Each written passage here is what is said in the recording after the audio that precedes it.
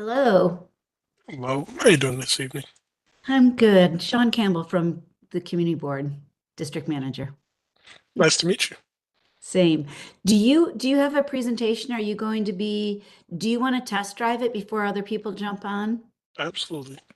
Let's Go do ahead and hit your this. share and let's make sure we have smooth sailing.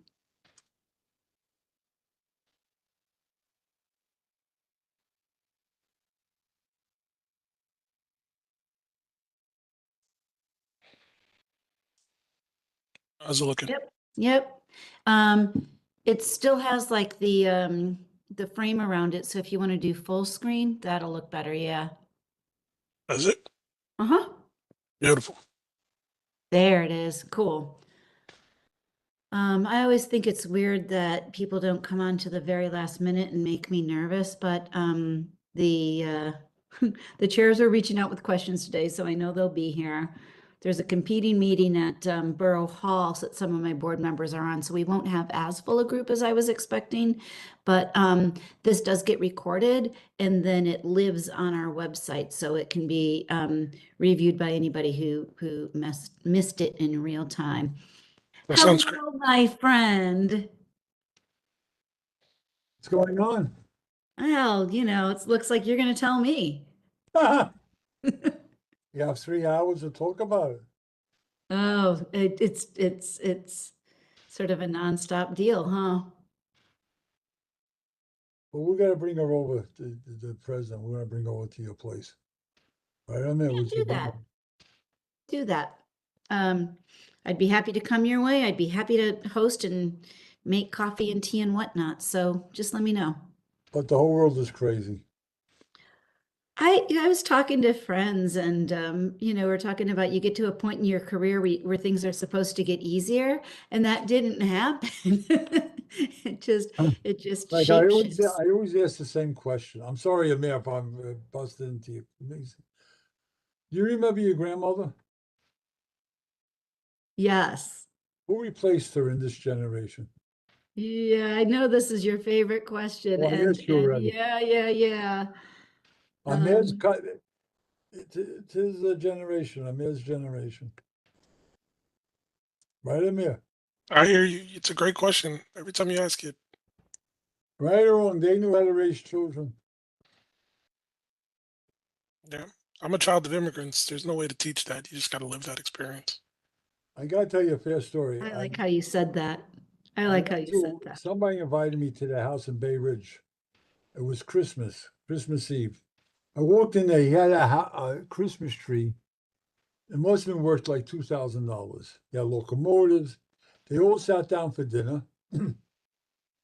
Everyone's on the cell phone. They're talking, blah, blah, blah, whatever. And I went home.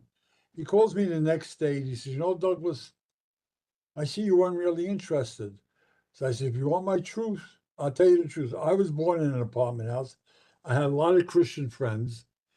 They had Christmas trees that were like $2, $3, and they took their socks and they hung it up. And their mothers, they put chocolate in there and some whatever. They went out to church for 2, 3 hours. They came back. They sat down. They had their dinner. To me, that was a Christmas Eve. Am I wrong? You're not wrong. I like I'm to keep sorry. think that we still keep it humble and carry on the traditions of my grandparents, because my kids didn't know my grandparents, and Right. I want them to have a little bit of that flavor of It's very like it's about important. family, right? Like it's Right. not about the big party or the things or the Right. stuff or the pomp and circumstance. I remember I went to my friends' houses. They had nothing, but it was Christmas. You felt it, you smelt it, you know what I mean? Yeah. Yeah, and actually I just fibbed a little bit. It isn't only about family because it's also about food. Yeah. Uh, Ay, ay, ay. It's not easy.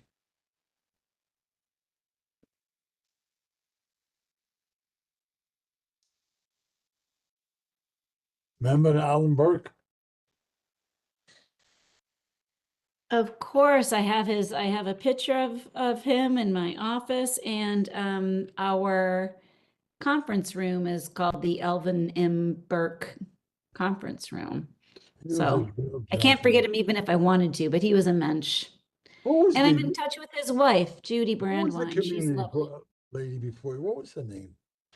Before Remember? me, Yeah. Doris Ortiz or Terry, you're probably, or Terry Rhodey, people always Yeah, think she of lived on Terry. 1400 Ocean Parkway. That's right. Well, yeah, right by the cemetery. Right. The white That was building. Terry, because Doris lived further up on Ocean Parkway in that Right. building that has that I weird like hired space age Victor. entrance. Remember Victor? Victor used to Victor, work. of course, he was with you for a lot of years, That yeah? was that was Terry's. Doris's husband. Yeah, but that was Terry that told me to hire him. Oh, okay. Don't listen to this, but she threatened me to hire him. No, he was a good guy. He was, yeah, golden. He never smoked. He never drank. Always, he was a health nut, right or wrong. And he died of cancer. Remember? Just the sweetest person, sweet as could be. Oh, I loved him. I loved him. I'm still in touch with Doris from time to time too, but sadly it feels like we get in touch with one another when somebody passes away. He has problems with her eyes. What? Doris has problems with her eyes. Remember? Didn't she Well, have a I problem don't with know her about eyes? that. She's living down in Daytona now. Oh, really? And then most of her family, her children are in West Haverford. So she doesn't come back to the city when she comes back. I will say the chairs of the committee are here. I expect other people will arrive as we get going. But Yvette and Jarrell, I'm going to mute myself. I'm going to begin recording and you can get us started whenever you'd like.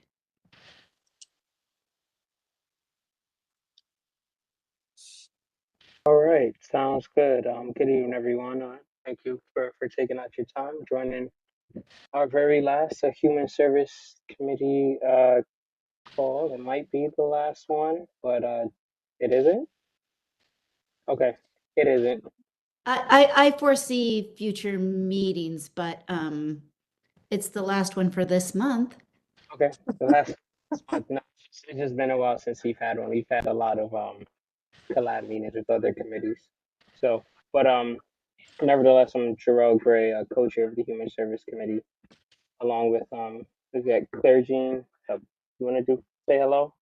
Get if you just turned your camera on. Good evening, everyone. Cool. And we have a couple presentations tonight.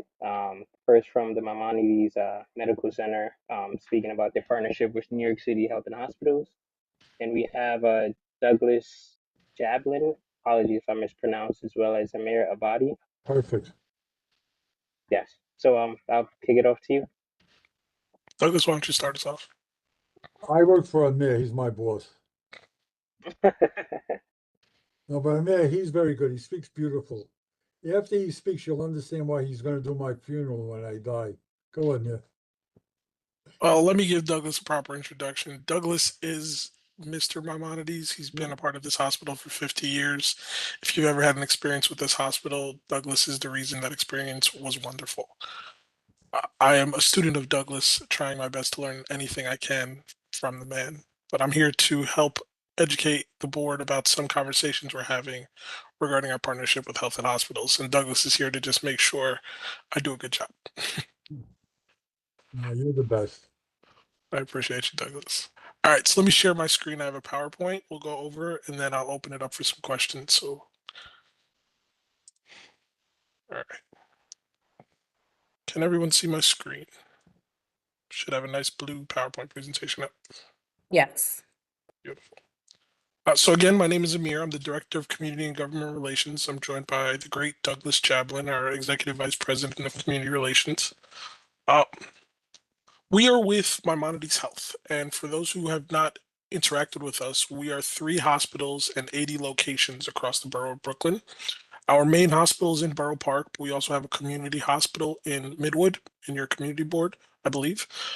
We also have the Children's Hospital, which is a hospital within our physical hospital in Borough Park. It is the epicenter of pediatric care in Brooklyn.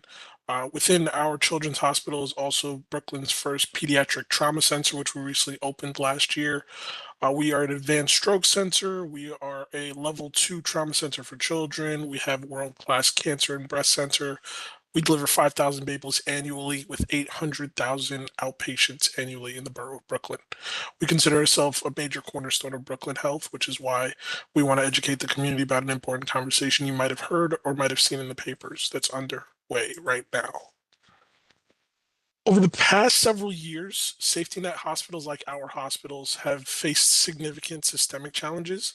For those who don't know, a safety net hospital is a classification the state designates a facility that receives a disproportionate amount of its patients from Medicare and Medicaid. Medicare is the insurance that covers the elderly. Medicaid is the insurance that covers the people of high risk need or low income. Those two government programs do not pay what the market rate does, but they do provide care to the most needy. Hospitals like ours receive 85% of our patients are covered by those two programs, which mean we are Brooklyn's largest Medicaid provider by the volume of care we issue our inpatients. The thing that you need to understand about having that much dependency from those two government programs is those programs pay 70 cents on the dollar when it comes to Medicaid and 82 cents on the dollar when it comes to Medicare, which means we're receiving less per patient to provide the high quality care we provide. And that number keeps growing as our dependency on these government programs increases over time. 45% of commercially insured patients are going to Manhattan, which means we are actually subsidizing the hospitals in Manhattan by sending our wealthier insured patients to Manhattan hospitals for them to receive that better reimbursement rate for getting their care in Manhattan. Just to give you some general idea of what that looks like, it means you could get world-class heart surgery in our hospital, or you could get world-class heart surgery in a Manhattan hospital. And for the exact same procedure, the exact same outcomes, the Manhattan hospital can see 6 times the reimbursement rate, depending on the insurance you provide, than we do. Because if the person who came into our hospital receives Medicaid versus the person who goes to Manhattan has private insurance, that payment the hospital gets has a significant range of how it actually is transmitted into our balance sheet. Safety net hospitals have been dealing with significant financial strain for years, and Maimonides is not special here.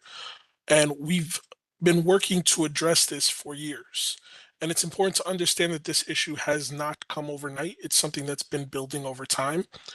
As more and more of our patients become Medicare and Medicaid dependent, those programs have also not kept up with inflation.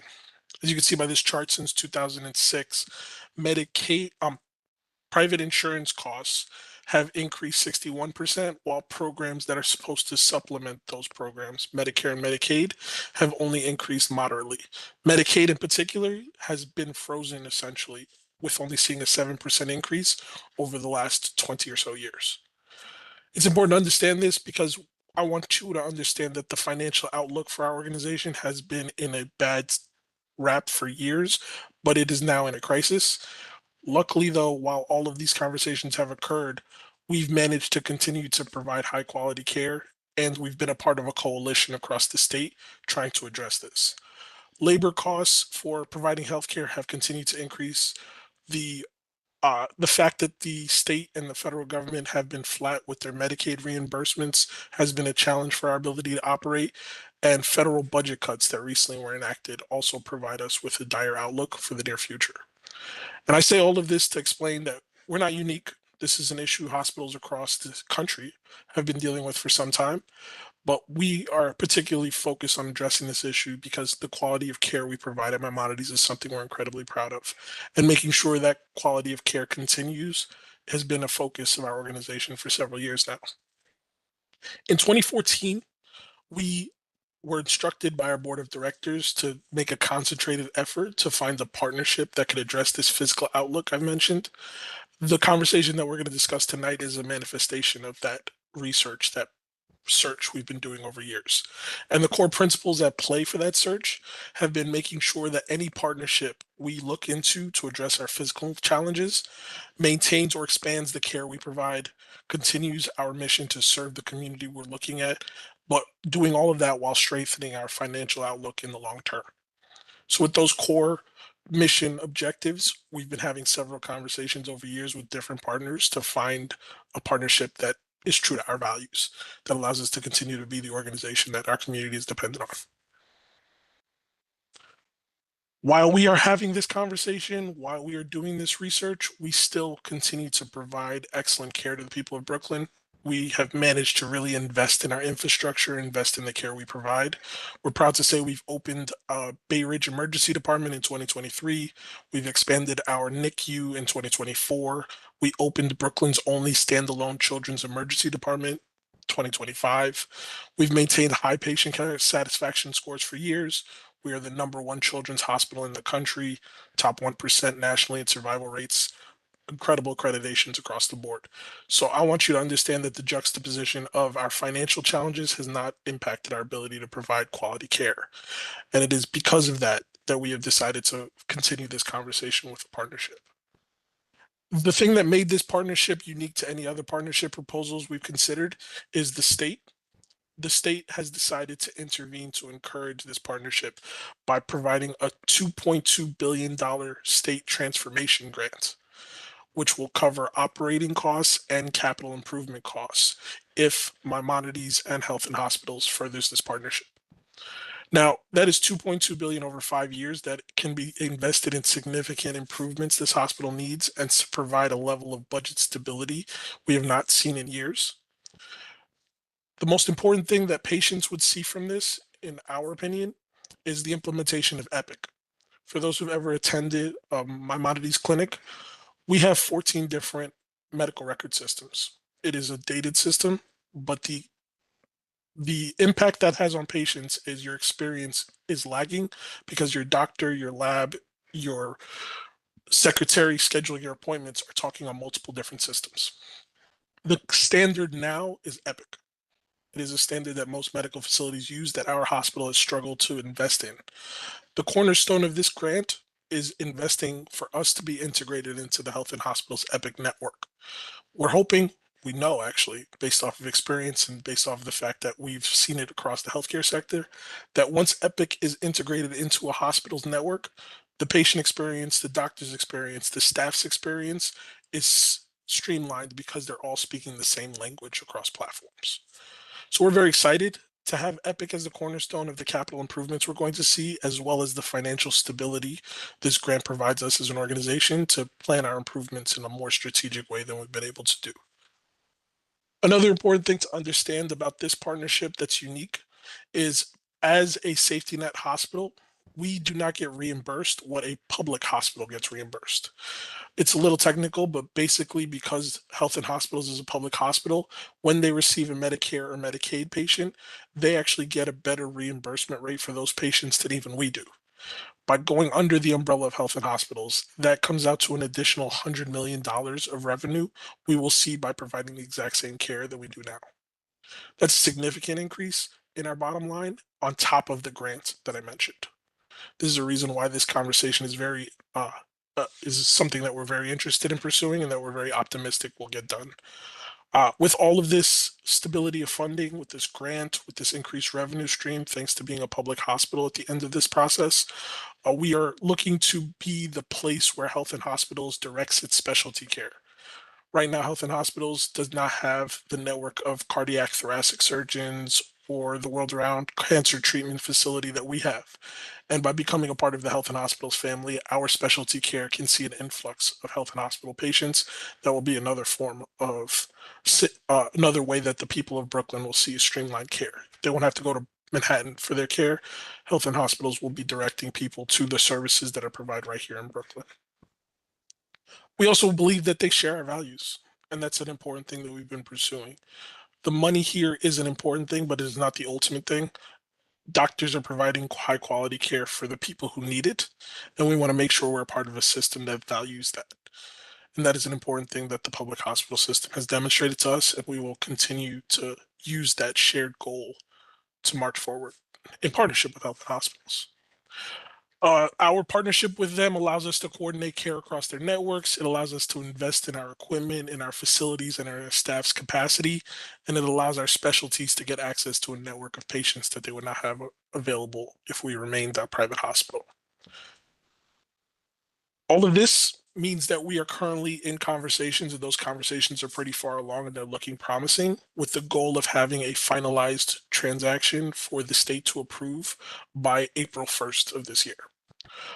There's a lot of details in this transition plan that are still in the works. Some will be finalized by the April 1st deadline, others will take some time after. But the most important thing that is happening now is the transition to Epic has begun, and we're hoping in the next year or so, patients will feel the experience change when they communicate with Maimonides, as we are part of the Epic network. We want to continue to communicate with our community partners, with leaders in the community about this conversation that's unfolding. For now, we wanted to put this conversation on the radar of our community leaders to make sure they were not hearing any misinformation or not knowing who to reach out to for updates. After April 1st, when some of the details of this partnership are ironed out, we would love to circle back so we can report out the specifics of how this transition is going to look. For now, there's a lot of lawyers in a lot of rooms talking out the details with the shared goal of making us a part of the Health and Hospitals family. Douglas, would you like to add anything before I open it up for questions? Believe me, nothing will be changing. I think everybody's thing will be the same. You know, like I always say, the only one that likes to change is the baby. But this had to come upon right now. And the new president that's coming on, she's really a wonderful lady. She has a wonderful, before her, she has a great name out in the community, and she really wants to do the right thing.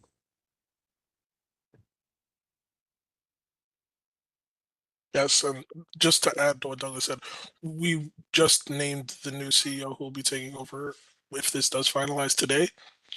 She's the current executive director, I'm sorry, CEO of Coney Island Hospital, who would become the CEO of our hospital in the transition.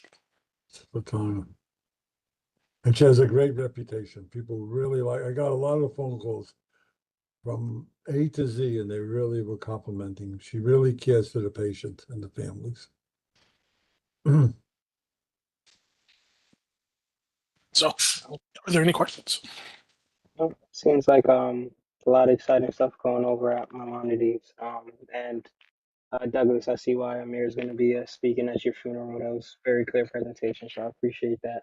Are you going to attend? Are you going to attend? Am I going to get an invite? Is it going to be public? Let's Yeah, not. I don't actually don't want to talk about your death. Let's not talk about your. Ms. Campbell will get she'll give you the she'll get the list. Let's Okay. not get ahead of ourselves. But I do have a couple questions. So this is going to be the entire system. I think I've seen 3 hospitals. Is the entire system now transfer over to New York City Health and Hospitals? Correct.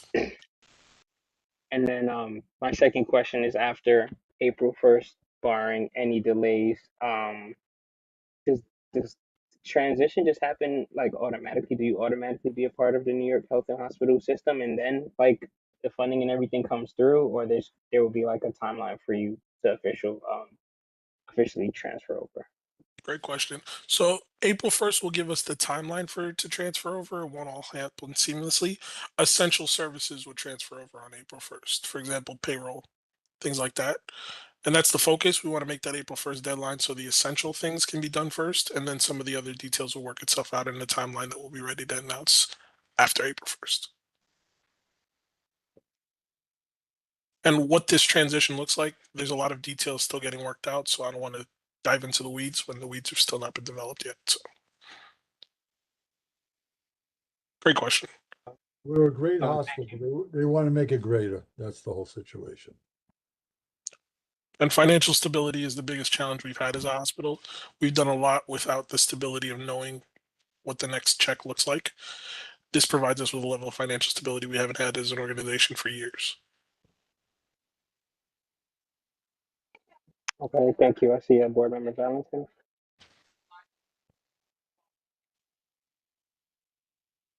Oh, you're muted. Good evening. Thank you. I want to say a great presentation, and my grandson is a patient at Maimonides Children's Hospital, and they actually saved his life. So I want to say thank you, and I think it would be a better thing for the community in a whole. And I also knew someone that had heart surgery there, and they did a marvelous job with her also. So I want to say thank you, and thank you. Thank you. We're happy to hear that you're getting quality care from us. It makes us very proud to be a part of this. Yeah, that'd be a great commercial if you hire her.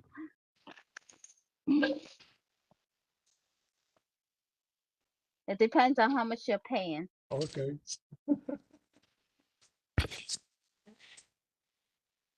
We have a question from our district manager, Shawn I Campbell. think Nina had her hand up before me, and I'm happy to yield to Nina. Thank you. My name's Nina Sabgir. I was actually the first midwife at Maimonides in 1992. Wow. My question is, of course, Maimonides has kind of been an anchor in, especially with the largely Orthodox community, but also with an increasing Chinese population and I guess Pakistani and Bangladeshi and other Muslim communities. And I suspect that there's going to be a lot of anxiety on the part of people in the community regarding whether those, the very specific cultural needs are going to continue to be addressed. And what are the plans moving forward, and how do you plan to communicate that to the community so that they still feel that it is their hospital? Douglas, would you like to answer this, or would you like me to answer? All right. I'm glad you, that's a very good question. First of all,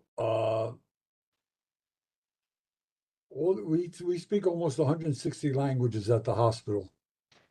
We have a full-time mosque, we have a full-time prayer room, we have a full-time synagogue, and hopefully we'll be building a church. And also, I tell you the truth, our mortality rate, our death rate in the hospital is lower than any other hospital. And why do I say that for? How we treat each patient. I feel God really watches us, because anybody who comes in here is treated the same way. And, like I always say that they should take the Empire State, not the Empire State, but the Statue of Liberty and put it in front of the hospital. If you would stand outside the entrance, you could see how every member of God's army, from every shape, every color, everybody, how each one just intertwines with everybody. And like you say, like the Orthodox community, the hospital is going to stay kosher. They're going to have the same, traditions and stuff like this. But again, we're reaching out to everybody. It's everybody's hospital. And I tell you the truth, we're doing really fantastic. And off the record, we have a Ramadan dinner once a year. I started about 14 years ago. And then October 7th happened. There was a whole thing going on in the Middle East. Everybody knows about it. Everybody canceled out their Ramadan dinners, politicians, whatever. We were the only one that had close to 300 people at every Ramadan dinner. We never canceled it. So people really respect the hospital. They understand what we do for everybody. And again, the traditions, we're still going to keep the same traditions. But again, anybody that walks inside the hospital is comfortable. We have a full-time imam. We have a full-time rabbi. We have a full-time priest. Like yesterday was Ash Wednesday. There was lines of people, waiting to get their ashes. And I'll never forget one time. I'm here almost 50 years, and we had an elderly priest, and he said, "Douglas, could you hold this little metal little cup?" I said, "Sure." I was holding it, and they were giving out ashes. I'm just saying, but Maimonides is a very, very special place, and it's really, Miss Campbell, you know about the place, and I just tell you the truth. I'm here 50 years, and I'm just very, very honored working here because we're all the same. 2% is only the color, and 98% is the real body of a person, and that's what we have to look at. Yeah, I couldn't say better. Thank you, Douglas. I'd just also add, one of the big cornerstones of what's being negotiated is how to maintain our identity through this partnership, and our cultural ties is one of those things that is a very important part of the negotiation process. We're waiting to see how this finalizes, but that is something that is being spoken of top to the bottom of this organization. We have very proud traditions here, and we don't want to lose those traditions. Thank you. Thank I'm you going for to that start question. by making a plug for this book. It's called it's backward in the screen, but Hospital by Julie Solomon. I'm going to bring it to the office. Board members are welcome to check it out. You read But it? it's yes, yes. It is a wonderful memoir from back in the day when the hospital was in a big pivot in the days of Pam Breyer, and Stanley Brezhnev and Oscar Chowdhury from the Pakistani American community. Marty Markowitz plays a role in this all too, and it is one of those. It's a resident comes up from the Midwest and is just blown away by the diversity of Maimonides. So it's really a telling memoir, and like I said, I'll loan it out. I have a couple of questions though, and I first of all want to understand why the CEO of Coney Island Hospital would only become the CEO of MIMO if this goes through. Is it because she's only like a public hospital CEO specialist? Is that what the contingency is? No, let me let Douglas answer this. I don't know if the town hall today provided the. Well, Mitch Katz is the president of the whole H&H, and he has people working, presidents of different hospitals. And this Fatana did such a great job in Coney Island, how she deals with people, how she deals with different communities and stuff like this. So he felt that this lady will be, this person will be a phenomenal leader to Maimonides. Who's again, without the communities that we serve, we wouldn't be Maimonides. Yeah.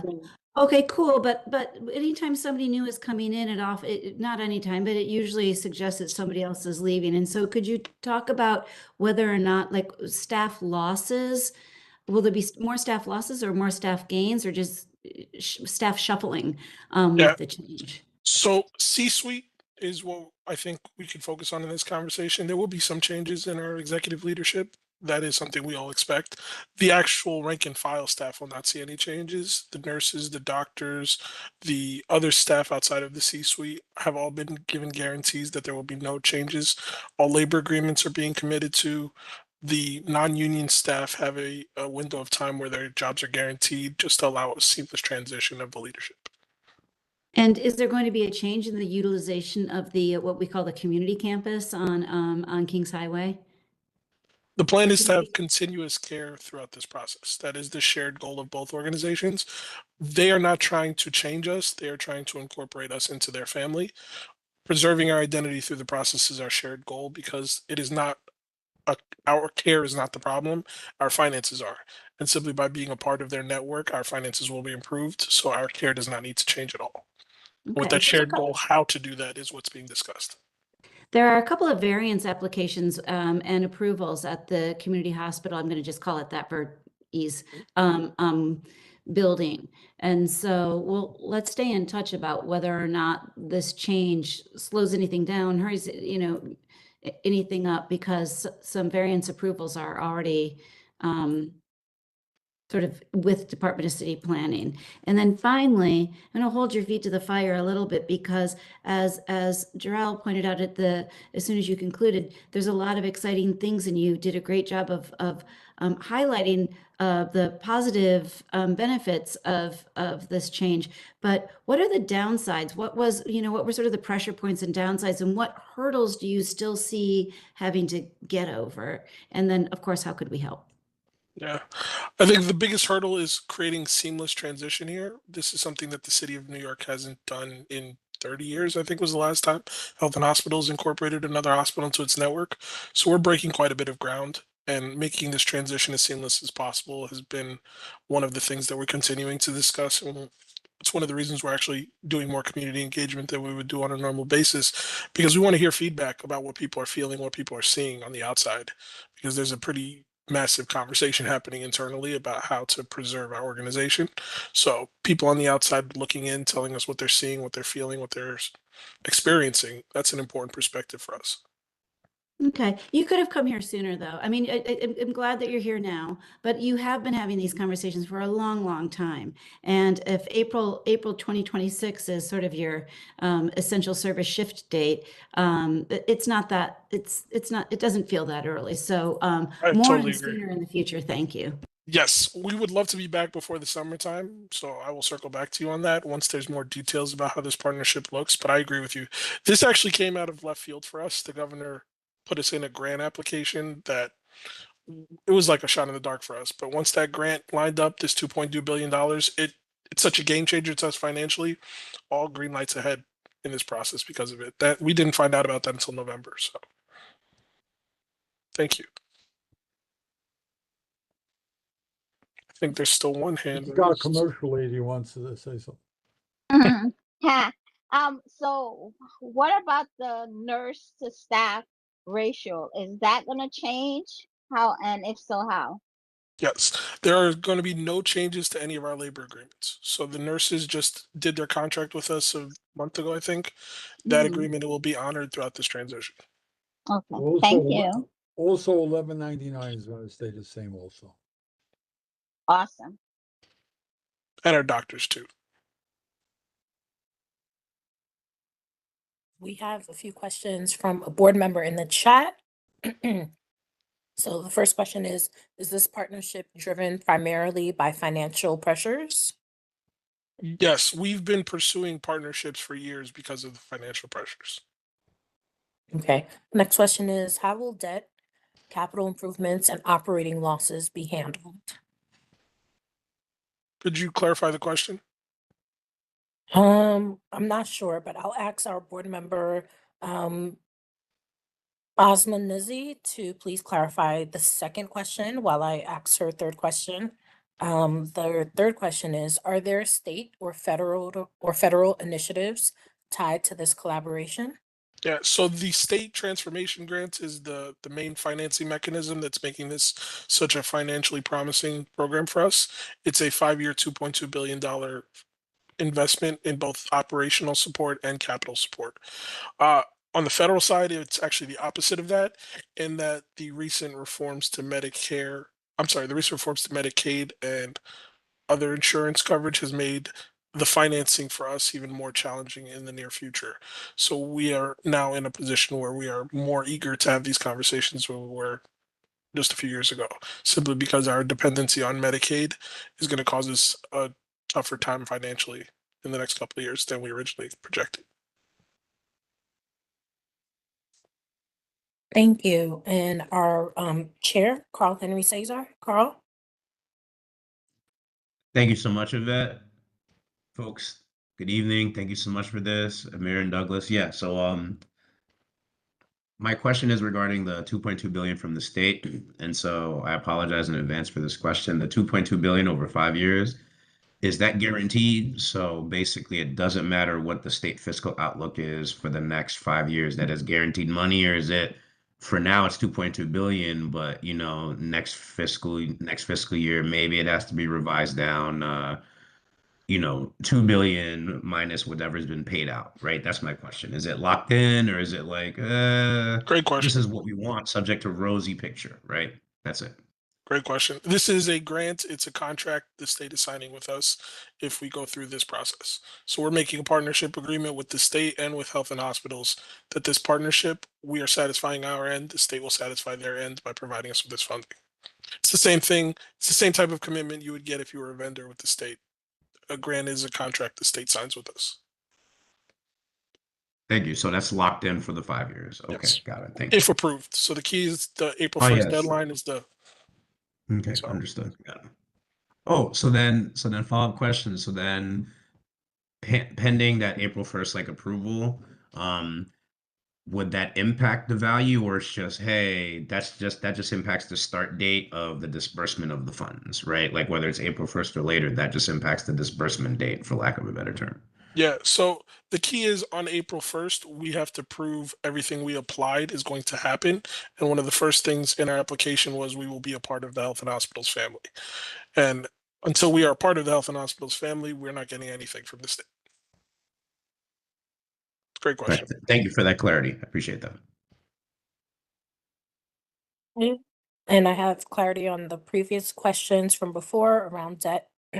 Excuse me. So the question is, will existing debt remain with each institution or be restructured under a shared financial model? And is either party assuming liability for the other's outstanding obligations? Yeah, that's something that's currently being discussed with the attorneys. I don't have an answer for you at the moment, but I'll be happy to put that in my presentation when I circle back with you.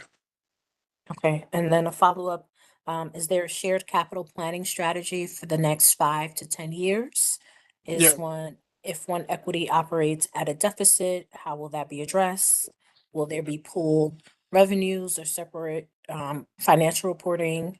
Are there any contingency plans, in terms of projected cost savings, if projected cost savings are not realized? great questions. So the commitment we've gotten from Dr. Katz, the head of health and hospitals, is the money of Maimonides stays with Maimonides and is invested in Maimonides. This is not a cash transfer where we are going to subsidize the rest of the network. They want us to preserve our financial independence. So as for the capital improvement plan, that is something we're currently discussing now. We have a capital plan that we've just concluded, and we're preparing to create a future capital plan in the next couple, I think it's the next years when we want to unveil that, which would create a roadmap for how this organization is going to grow over the next decade. Now that we have this financial stability, fingers crossed, God willing, that this plan, this partnership will create our ability to plan over the next decade will be significantly improved by more stable financial outlooks.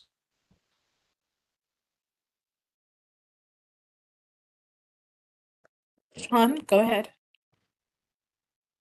Um, just sort of a bigger picture as another Brooklyn Public Hospital, SUNY Downstate, struggles to stay afloat. And I guess I'm wondering if their fate has been part of your conversations, if there's, as one hospital becomes public and another might have to fold in the not too distant future, or is there something about MIMO becoming public that could sort of help bolster SUNY? Or are they in, is the backdrop of SUNY in the conversations of Maimonides at all? Yeah, I have not heard anything about SUNY's circumstances changing in any way. I know that our hospital has been partnering with SUNY. They're instrumental in our neurology department and other aspects of our hospital. So there's already a relationship there, and we're all already in a relationship with health and hospitals. I don't know where the future of that goes. I don't think anybody does at the moment. In the short term, though, they're not a part of the conversations we're having directly with health and hospitals. Sean, can I kind of jump in on that? With what I do know. I mean, first of all, Kings County is already the major seat of NYC Health and Hospitals in Brooklyn, and they are literally back to back with SUNY Downstate. But I know that SUNY got now I don't remember the numbers, but I think $7 million grant, maybe bigger than that. Bigger. Maybe I'm like way under, but they got a significant financial bolstering from Albany to renovate. I mean, they just need massive Right. No, renovation. we Other know, but kinds of things. but that was sort of a lifeline. So, and Carl's been very, very steeped in those conversations. So I don't. I mean, I haven't heard anything on.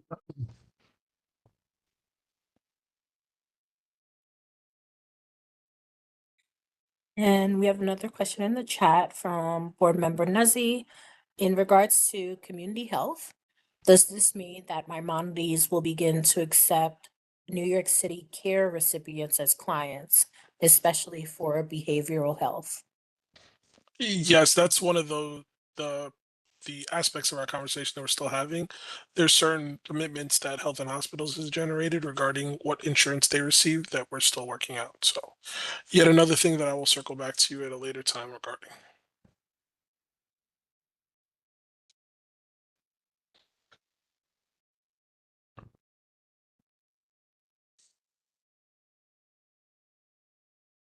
Are there any other additional questions?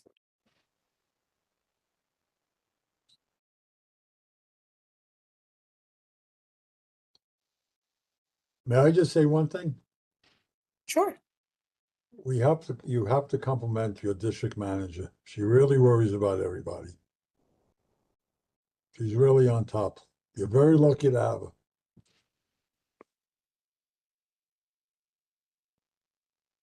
Yes, we are. Thank you. Definitely. Thank you all for Thanks for having the kind us. words. We appreciate you Thank- taking the time to chat with us. And Shawn, please, we'll connect so we can do a follow up sometime closer towards the summer when I have even more to report. Thank you so much Your for time. this information and being with us tonight. Thank you so much. And anytime anybody, just give me a call. We'll take care of you. And like I said, we have one of the best maternity floors, right? Amen. All right. You be well, everybody. Take care. Good night. Thank you, folks.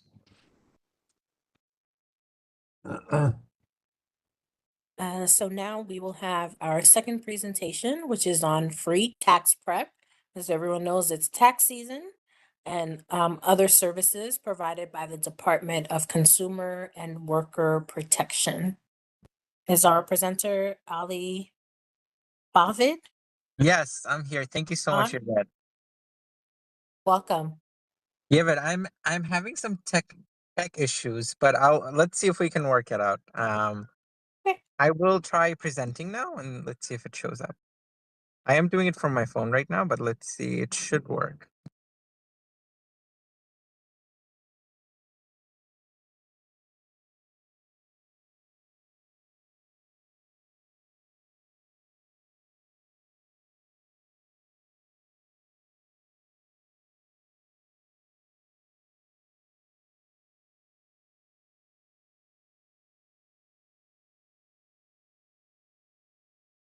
Hi, are you guys able to see my screen? I can see it. Are you I'll able make to it bigger. speak? Like, I see something. Yeah, Is this bigger? Better? Yes, this is better. At that's least, better. Great. yes. Thank you so much. So my name is Ali. I'm a community affairs associate and the Brooklyn person for the Department of Consumer and Worker Protection. So what does our department do? The Department of Consumer and Worker Protection, we actually have quite a broad mandate, right? So not only do we go after businesses that are scamming New Yorkers, we also go after employers that are scamming workers, right? So you might have heard about some of our biggest wins, especially ever since we have gotten our new commissioner, Sam Levine. We have been going after big actors like, for example, Radiant Solar. We recently went after Radiant Solar, which is a solar company um, that have been like deceiving New Yorkers for a very long time, entering people into predatory loans without their consent, and many other deceptive tactics that they've been using. So our agency, our lawyers are suing them for $20 million, for both for restitution and other and penalties as well, right? So that's, for example, that's some of the consumer work that we're doing, right? In terms of the worker protection work, we recently had a major win. You might have heard about the Starbucks baristas that were striking. We reached a settlement in the last couple of months of $39 million, and that's going right back to the workers, right? And then part of that is will also end up being penalties that are paid to the city. Another example of another win, if you will, we recently sued Uber, DoorDash, and other similar companies and won $5 million in restitution for our delivery workers, right? So, in terms of workers' rights, a lot of the protections that are not afforded at state or federal level for many of our workers, including delivery workers, nannies, home health aid, and many of the sectors that are very predominant in the city, right? And don't receive adequate protection, are given protection at the local level, and those protections are enforced by our agency. But another mandate that our agency actually has is financial empowerment, right? So it's consumer protection, worker protection, but also financial empowerment. Part of our financial empowerment work that we started doing is through the New York City Free Tax Prep Program.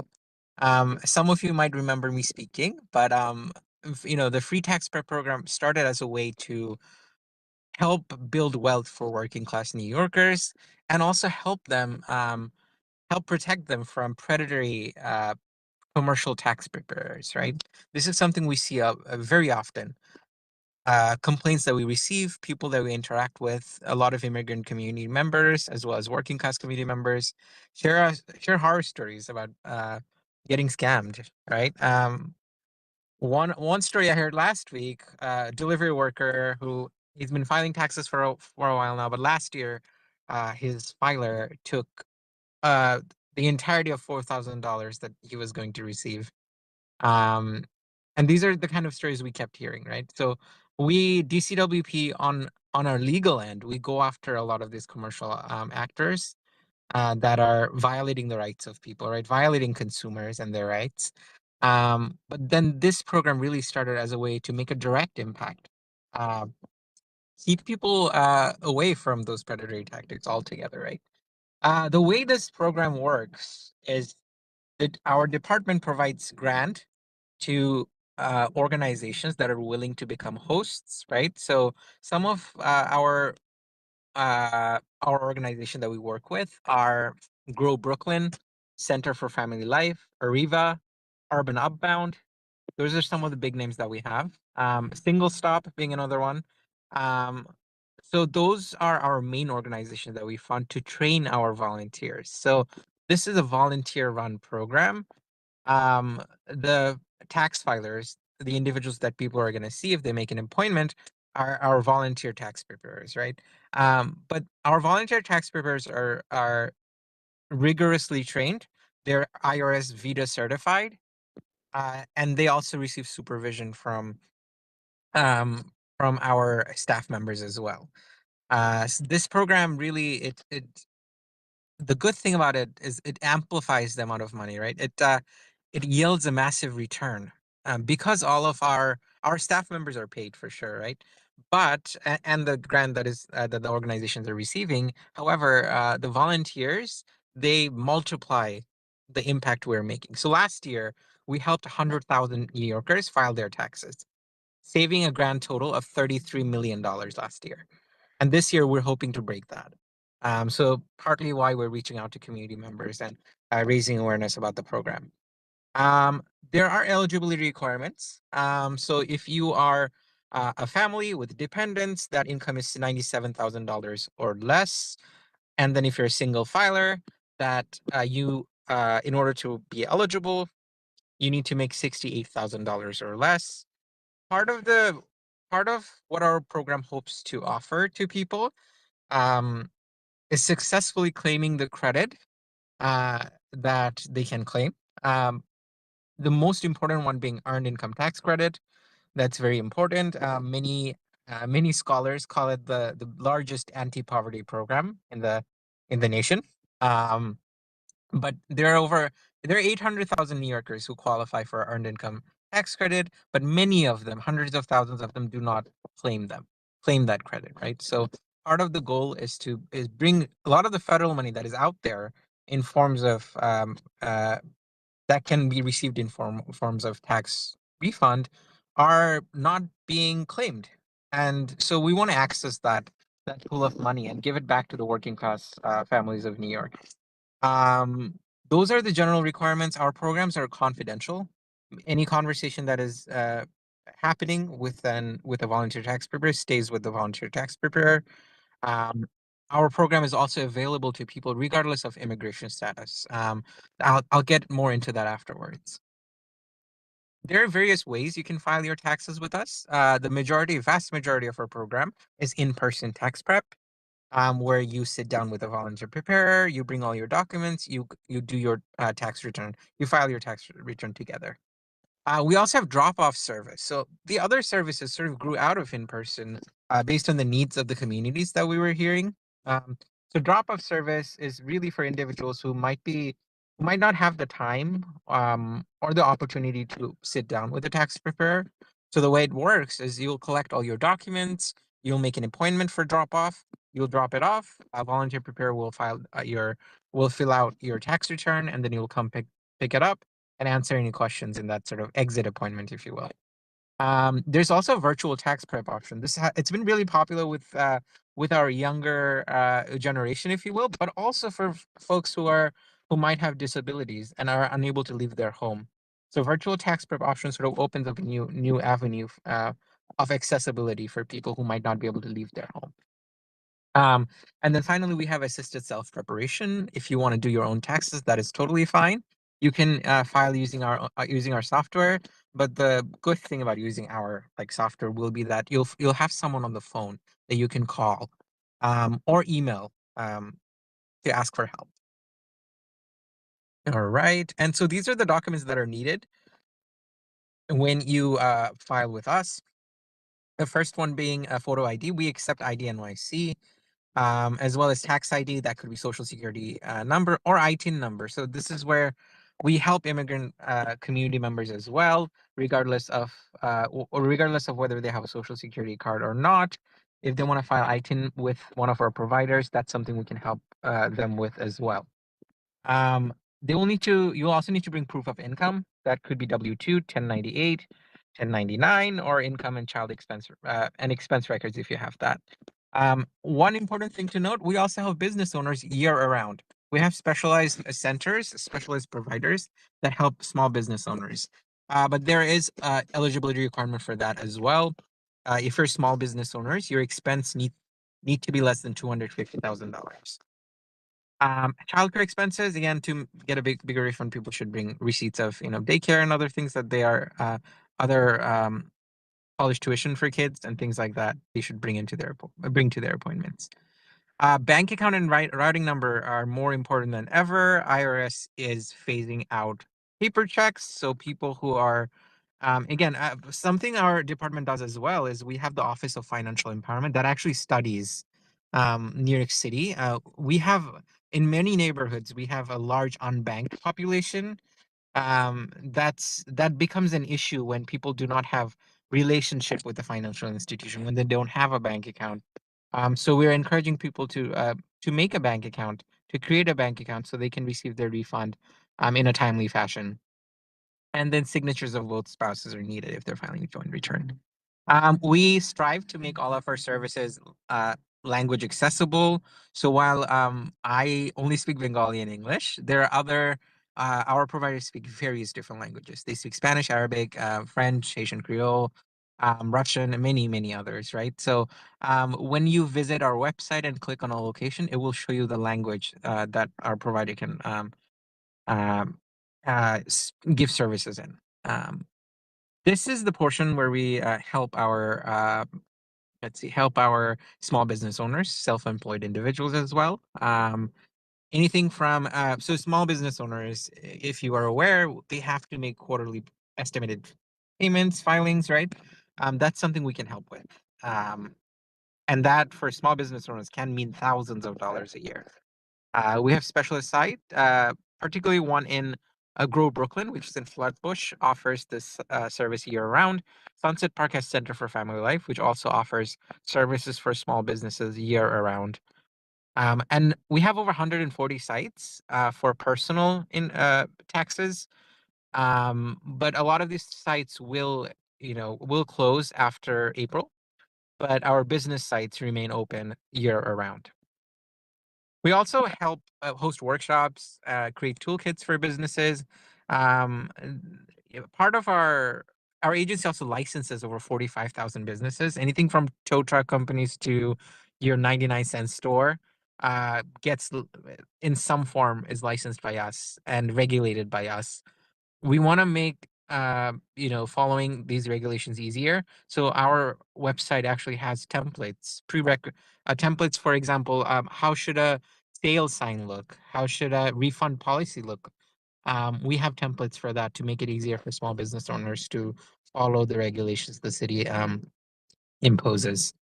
All right. And then how do you find a free tax prep site that's near you? You call 311 and ask for tax preparation, or you can go to our website, nyc.gov/tax prep, which will show you the map that's on the left side. We have a lot of local providers. We have elected officials who like to take part and bring our volunteers and become a tax preparation site. We have local CBOs. Libraries are a big part as well. And I think in your community district, COJO is one of our biggest partner. Um, Council of Jewish Organizations is definitely a very reliable partner for us in that location, and they offer many languages. Um, and this is, let's say, if you are not filing with us, if you're paying someone to file, right? You have rights. New York City has some of the strongest consumer protections. As a tax consumer, tax services consumer, you have a right to receive a copy of your tax return, an itemized receipt, and your personal papers and documents must be returned to you upon request. The last portion is very important because there are bad accountants. There are good accountants, there are bad accountants, unscrupulous accountants who will sometimes hold on to papers they know that are important to immigrant workers, to other workers as well, so such as work permit and others, and refuse to return them until a payment has been made. In situations like that, we would highly encourage people to file a complaint with the Department of Consumer and Worker Protection, and we will work on getting those documents back, holding the bad actors accountable. It is illegal for a tax preparer to charge a fee based on the in a form of percentage based on the amount of tax you owe or the refund you're going to get. So imagine if you're going to get $5,000, it is unlawful for them to charge you 20%, 10%, 30% of that total. Something else we're warning people about are instant refund. There's really no such thing as instant refund. It's really it's a misnomer. It's a deceptive tactic. Many more often than not, it's refund anticipation loans. So we've been encouraging consumers to ask, hey, if a tax filer tells you you're going to get your money today, ask them, are you actually is this the government giving me the money, which is a big no, or are you enrolling me into a loan, a high interest loan, which is what it ends up being. And as you guys probably know, this is based on an estimate, right? So the government might give you less refund, and now you end up with a loan that has a much higher amount that you have to pay off. Things people should review on their tax paperwork. Name is very important, mailing address, bank account information, but also whether or not your private tax filer actually signed the preparer section, right? If they have not signed their tax preparer section, that leaves you liable for any mistakes that might have been made. So individuals who are just giving, not checking, double checking their file returns, it's very important to do so. Particularly on the last point, your preparer should be signing your tax return. So if anything goes wrong, you're not the only person that is at fault, right? You have your tax preparer that you can hold accountable. Yeah, phasing out. We have something called, it's might not be well known, but it's called the Safe Start accounts. New York City partner. We have very strict requirements for banks and credit unions to become our partner. Um, it's a service. It's a banking service that's offered by the city with no monthly fees, a low minimum balance. I believe it's $25 a month that you need to keep, and an ATM card. That's really to help people who might be skeptical about banking or are are are not happy about the fees because it can really start eating away. Um, and if people are saving little by little, that can be a big cost, right? But all of these accounts they don't have monthly fees. So if you go to nyc.gov/safestart or call 311, you can get more information. And then if you have student loans, federal student loans, and you haven't paid them for over 270 days, as in you've defaulted, the Treasury Department can seize part or all of your federal refund. That's something to keep in mind. You can find more info on nyc.gov/student loans. We're almost towards the end, but this is yet another mandate of DCWP, if you will. So we have the consumer protection, worker protection, and financial empowerment. We run over 30 financial empowerment centers. They're structured. The program itself is structured in a similar way to our free tax prep program. So we give grants, we give funds to local nonprofits to operate free financial counseling centers for people So if you're dealing with debt, or you want to create a plan to pay off your debt, you want to create a spending plan, a savings plan, you want to figure out how to improve your credit score, or how to open a bank account, contact lenders about that. You can do all of that with by sitting down with our financial counselors. Something important to remember as well, DCWP also regulates debt collectors. And so we regulate so much that it's often like if you run into a constituent or a community member who you think has been scammed by a business, it's almost always worthwhile to reach out to us to see if there's something we can do. Um, we have expanded our financial empowerment centers into meaningful places such as New York City Health and Hospitals. We have locations at Kings County. Medical debt is crushing for many people. And so we want to help our New Yorkers figure out how they can deal with medical debt if they have medical debt, right? Runaway and homeless youth drop-in centers, ready to rent. So many affordable housing applications will have certain financial requirements, documents you have to collect, and things like that. Ready to Rent is a program that is meant to provide financial counseling for those who are looking for affordable housing. It's been very helpful for many NYCHA residents, for example, and many others, honestly. All right, that's it on my end. This is the information for our Community Affairs Department. If you have any questions, you can feel free to email or give us a call. Ali, thank you so much for your presentation. All right, do we have any questions? Yeah, I had a couple. I'm not sure if I missed it, but when is the last day that someone can request for tax preparation? And then additionally, can you apply to get your tax filled out for previous years, or it has to be the current year? Yes, I think that's a great point that you're bringing up. I must have forgotten to mention it, but yes, there are locations that will help you with previous years, up to 3 years, but that's the limit. Nothing beyond that. So people can amend, for example, if they need to make file amended returns, anything like that, we can help as well. In terms of the last day, so some of our locations get booked up pretty early. And so it's important for people to access the service. We do have a capacity limitation, right? And that mostly coming from volunteers, the number of volunteers we have. I believe we went to a Mets game this year to recruit volunteers. Like it was an announcement or something happening. Yeah, I'm not sure. I'm not sure which game it was, but so yeah, it's a big effort that we undertake every year to recruit. First of all, recruit the volunteers, and then make sure they're out there in the community. But there is a capacity limit because of that, right? So we encourage people to make appointments as soon as possible. But April, we function until the very last day of taxes.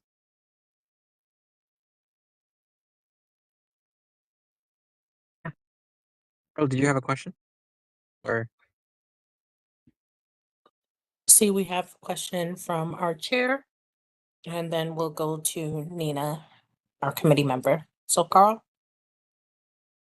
Thank you very much, Yvette. Ali, thank you very much for the presentation. So two questions. I think I heard you mention that DWCP, that agency regulates debt collectors. If I heard you correctly, could you explain a bit more what you mean by that? yes, so debt collectors are governed by certain rules and regulations that are in addition to what is offered at the state and federal level. So, for example, harassment and other when debt collectors are engaging are bad actors are engaging in issues like that, our agency can step in, right? So because they're licensed by us, we have some level of accountability that we can put them to. I can share more information. So we have a flyer if that's easier. So I'll send that over to you guys. Yeah, please do. On debt collectors. Yeah, So I'll please be do. Any, yeah. oh, I cut you off. My bad. Yeah, keep going, Ali. Yeah. No. Yeah, that's it. Okay, cool. Thank you for that clarity. Yes. Any flyers or links you can send to the district office, yes, please do. So then because we have a resources tab where we put all that stuff. And so, yes, that's definitely helpful. And then the second thing too was you also mentioned that the agency has sites and like shelters and things like that. And so one of the things I was thinking of was just it's been a minute. I think New York City Public Schools, I think they have a classification for some students, that's students and temporary students with temporary housing. And so I'm just thinking of whether or not whether or not that agency does have relationships with that office in the New York City Department of Education, just to let them know, hey, we have resources and we provide resources to these groups. And so it's a question out there. Like, I don't know if you Yeah. have the answer, but it's Something I didn't maybe mention. it's something you can check with some colleagues just to see if there is a relationship between the agency and that office in New York City Public Schools that does specifically deal with that population of students with that housing Sure. situation. I don't know from the top of my head, but something we have a program that we've been piloting is the Youth Financial Literacy Program, where we are permanently stationing financial counselors at 19 public schools. I can share more information about that as well. So we're hoping that that financial, education becomes a part of DOE and part of the schools that we have, because kids are, these are skills that they need to know before they become adults. Got it. Excellent. Thank you so much for that. I appreciate it on both fronts. Nina? Yes. For those of us who don't qualify income-wise, how can we get the name, or do you have any kind of referral service for accountants or tax prep, whatever, certified tax preparation people that we could go to, who are reliable? Because, you know, I mean, I'm sure that many people have had some sketchy experiences, or just experiences where things weren't done properly, and then they get hit with, a notice from the government. You owe, umpteen $1,000, and they're. What? So yeah, so that's just my question, because some of us need accountants, but we Yeah. earn too much to use this program. No, thanks, Nina. Thanks for the question. So something that we try to do, I mean, part of the presentation for that reason is consumer rights. What are some of the telltale signs you should be aware of when you visit um, uh, a public accountant? So including credentials, are they credentialed, right? That's one of the important factors as well. But what I'll do after the meeting is we try to make these things accessible, because the meeting is virtual. I will actually share the flyer that we have. It's called the Consumer Bill of Rights for tax preparation. And that details really all of the things you should be on the lookout for. But we don't have a directory per se where we can say, oh, this person is trustworthy or not in the private sector. Mm-hmm. So none of your people that are doing tax prep on a volunteer level are also doing, professional tax prep or something like that. Yeah, some of them might be, but I think we don't have that sort of relationship where we can refer, Okay, given the nature of the city work. understood. Thank you. And then I have a question in terms of when you were mentioning the fees that the tax preparers can charge. Is there a good gauge or a guide in terms of a sliding scale of what a tax preparer could charge to someone to prepare taxes? That's a great question too. I guess to better understand whether you're being overcharged, right? Is that sort of the Right. I see. So, I mean, we conducted a study last year and found that most people spent, on average, New Yorkers spent $350 on their taxes last year. But I will have to see if we have more detailed data on that. It's possible that we do, but I'll have to reach out to our Office of Financial Empowerment to get more detailed data. Thank you. Are there any additional questions?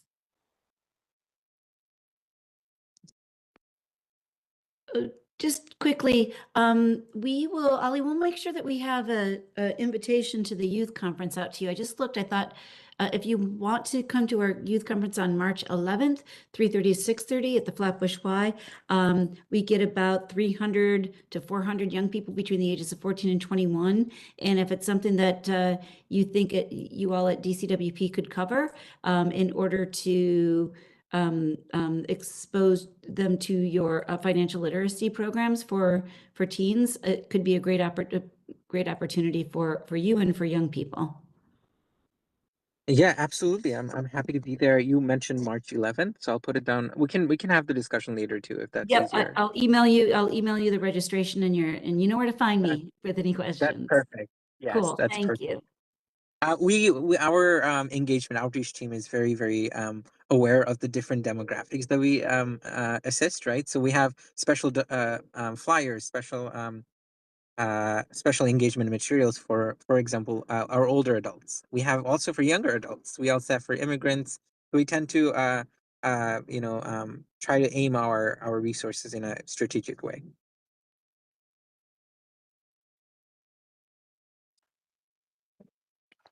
Ali, thank you so much for this presentation. And we look forward to seeing you at the Youth Resource Fair on March 11th. Of course. Thank you so much for having me. All right. Take care. Take care. Now we are on to our last agenda item, which is other business. And so under other business, we'd like to talk about the annual nonprofit roundtable. So in communication with Shawn, we were going about some dates, looking at May 13th, 14th, 19th, or 20th. So this is the roundtable that the community board hosts, that brings together all of the nonprofits who are providing services in our community, and some are providing services beyond CB 14 and throughout Brooklyn, or through the 5 boroughs. And so this is really a wonderful opportunity for the nonprofits to get together, network, share resources, and discuss some challenges. So I know some of you who are longer serving board members have participated at the nonprofit roundtable or have attended. So if anyone has any thoughts or feedback that they would like to share as we start the planning for the roundtable in May, we're looking at the middle of May. I would open the floor to hear any feedback, comments, or questions that anyone has.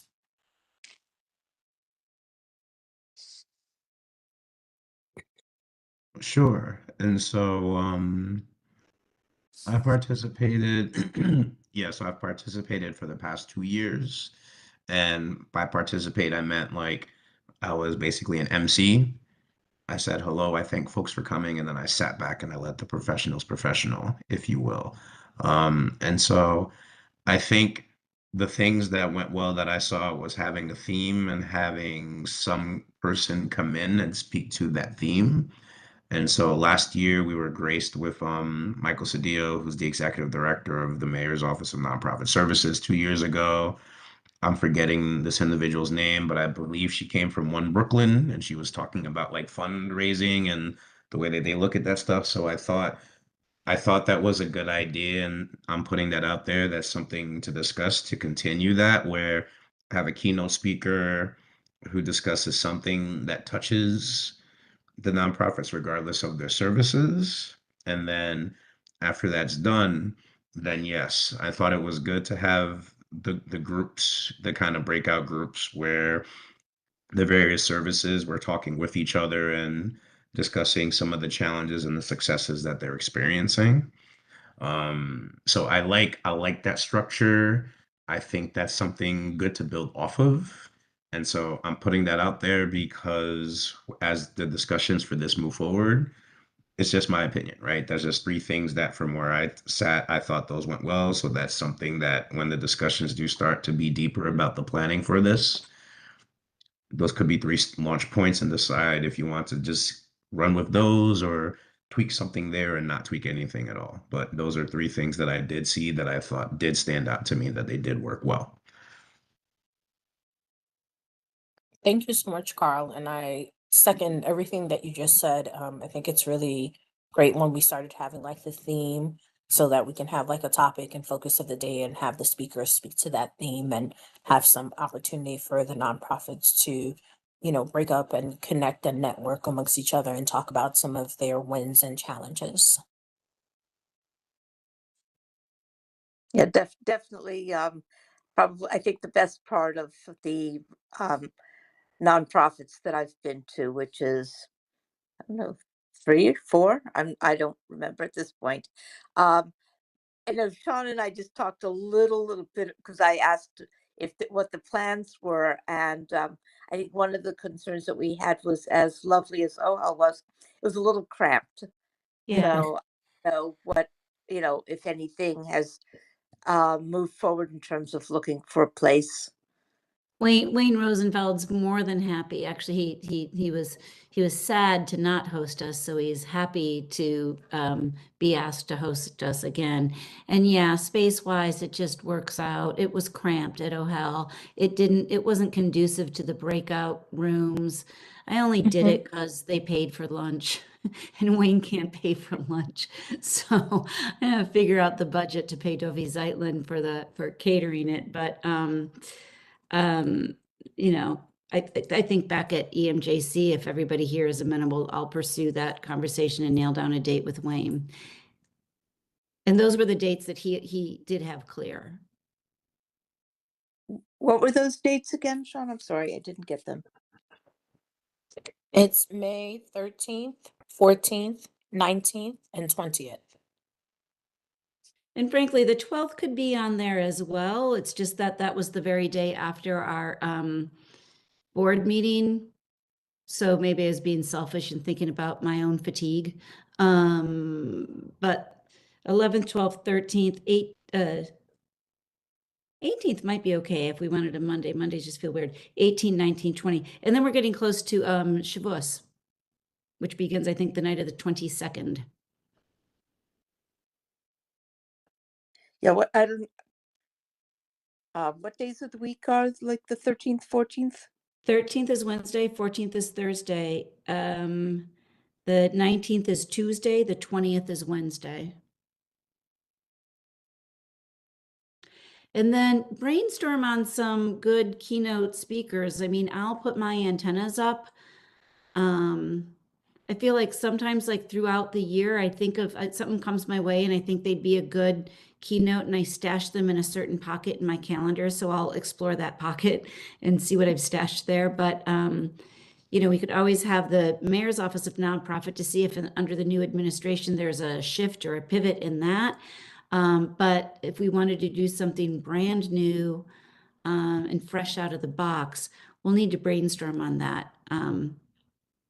So we don't have to do it here and now, but just when you're out and about, when things come your way as ideas, let me know, and you can just shoot over an email the minute you think about it, so you don't have to bother remembering. Sounds good. Does anyone else have any other feedback or comments they would like to share? I think I'd like to add here. I did participate last year and then a couple of years ago too, um, when I was just a program director at Copo. So I really appreciate it. I think last year, I do want to say having that theme and the breakout sessions, it really helped to, I think, just engage with other people, other organizations who had not heard about us in the district, and vice versa. So that was good.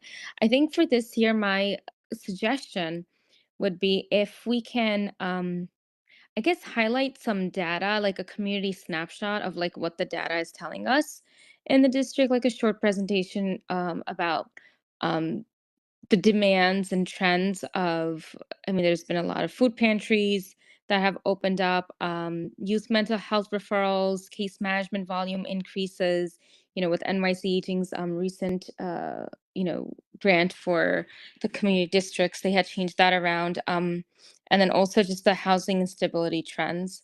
I think that I'm just thinking based off of COPO's trends that we see in the reports that we do, but I think generally in the community district, if we can highlight that. Again, like I think many of us have our own agendas, and So just to hear what are the trends, what are the needs, would really help to shape, in the upcoming months when it comes to city applications or fundings. I think that's great, and taking it from almost like that grant writing perspective, the demonstration of needs and our own district need statements, an opportunity to highlight things that we've been requesting for a long time so that there's our own context behind any other keynote context. And in fact, we are all here right now, which means we are all also missing the borough president's comprehensive plan presentation, but a lot of that comprehensive plan is driven by sort of like health indices. And so I'll send around to this committee the grid that Joanne Brown was putting together when the borough president first released the comprehensive plan. Because maybe we can think of these data in regards to this, both the borough president and the city council speaker are talking a lot about comprehensive plans, and, Jarell as a planner, having some of those health and demographic data behind the idea of a comprehensive plan could be a really cool way to make everybody's with their various, their diversity of missions still fit into one comprehensive plan.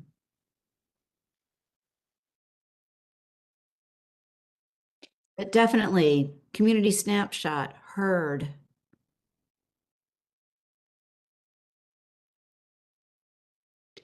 And of the dates we talked about, is there one you want to land on? I was just looking, Sean, at the Islamic calendar for Eid. I think Eid al-Adha is the week after. So yeah, I mean, as long as it's not the last week of May. You said the 13th to the 20th?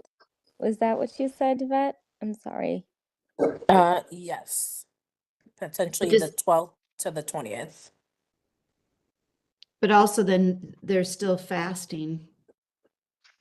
No, fasting is, and I'm talking about Eid al-Adha, the other Eid. Okay. Yes. Oh, Fasting yeah, is that done would March be a 20th. really long fast. Sorry. Sean. Oh, sorry. It's my bedtime. Yeah, no, I was just I was searching up when the next Eid would be, because those are 3 days we would be off as well. So no, I think any of those dates would be fine. I think last year it was on a Wednesday, I believe, and it was a great turnout. And yes, I do agree with Nina. It was a bit crowded.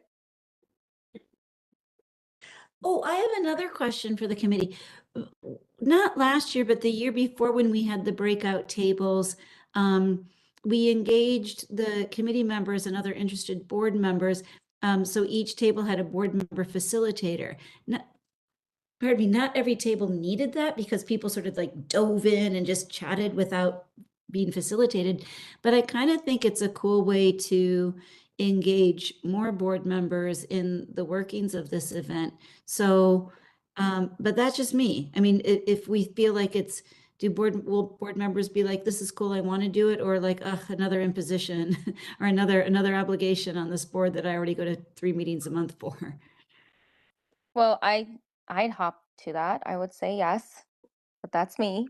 I would say I agree to facilitating. I don't know about others, but I think it's a good idea to get more board members, especially who are part of this committee, to engage more.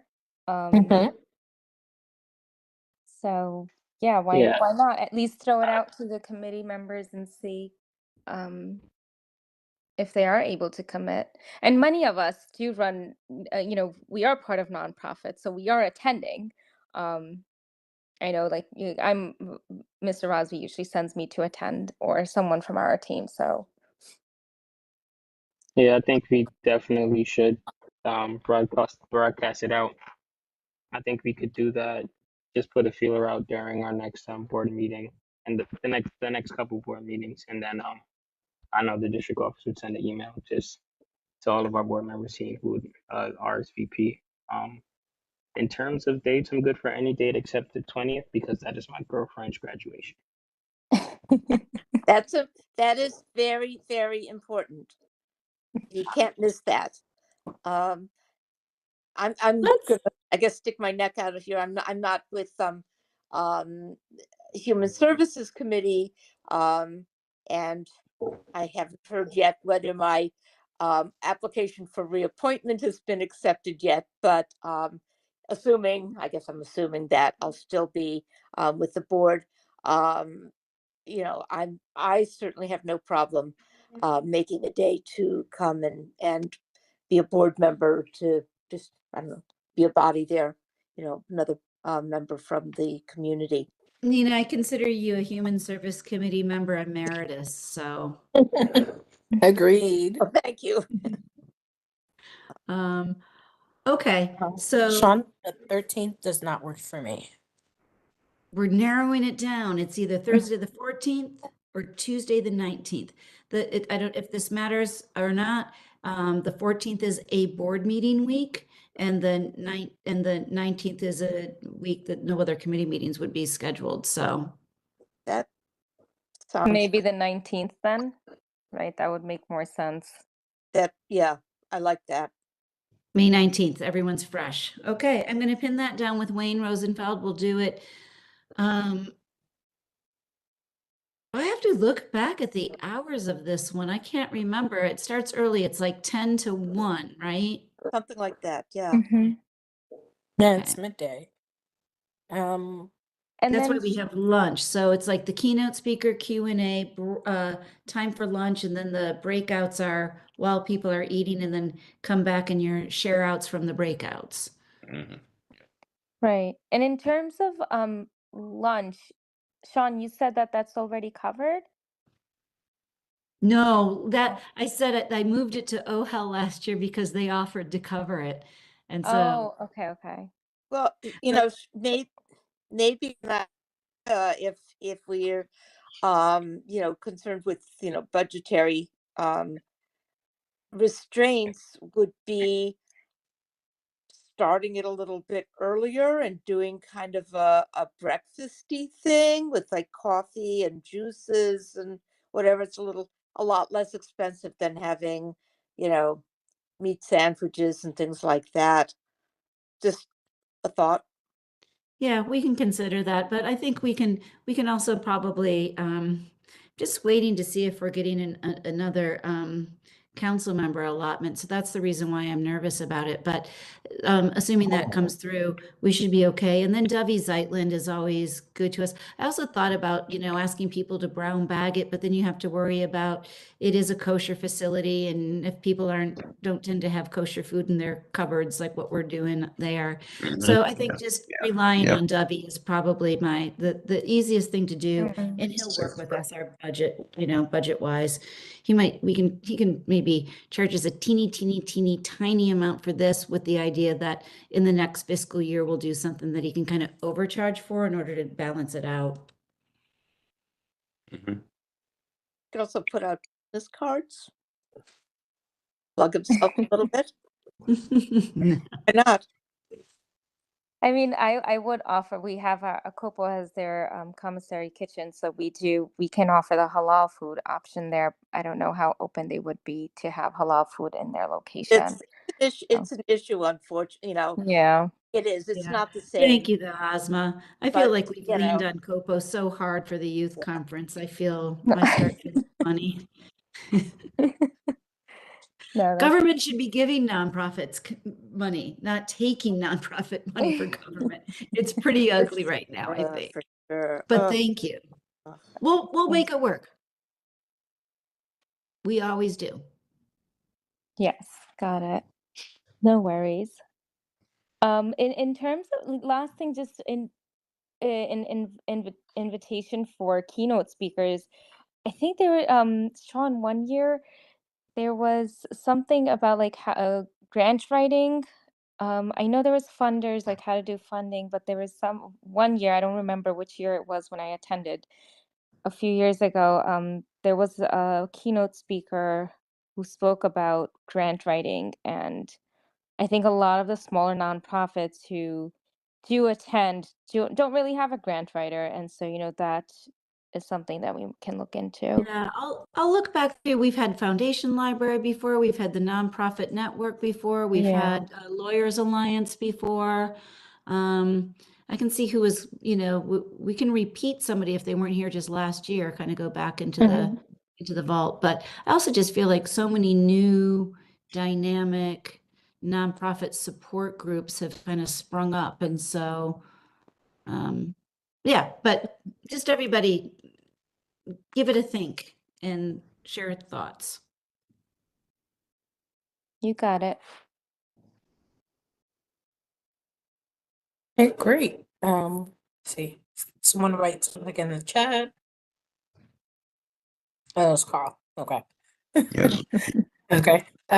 If there are no other comments or feedback, then this concludes our meeting. Can I make one? So one last. Yes, Nina, go ahead. Sorry. I'm going to steal a little bit of Carl's usual thunder because Carl didn't bring it up. USA women's hockey won the gold. Canada took silver. Switzerland took bronze.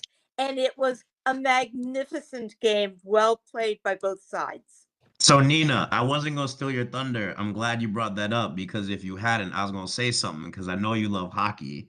It And just so worked out that my son shared his account so I could get onto Peacock, and only one patient showed up, and it was actually between second period. So I didn't miss much of the game. Interesting insight into healthcare days.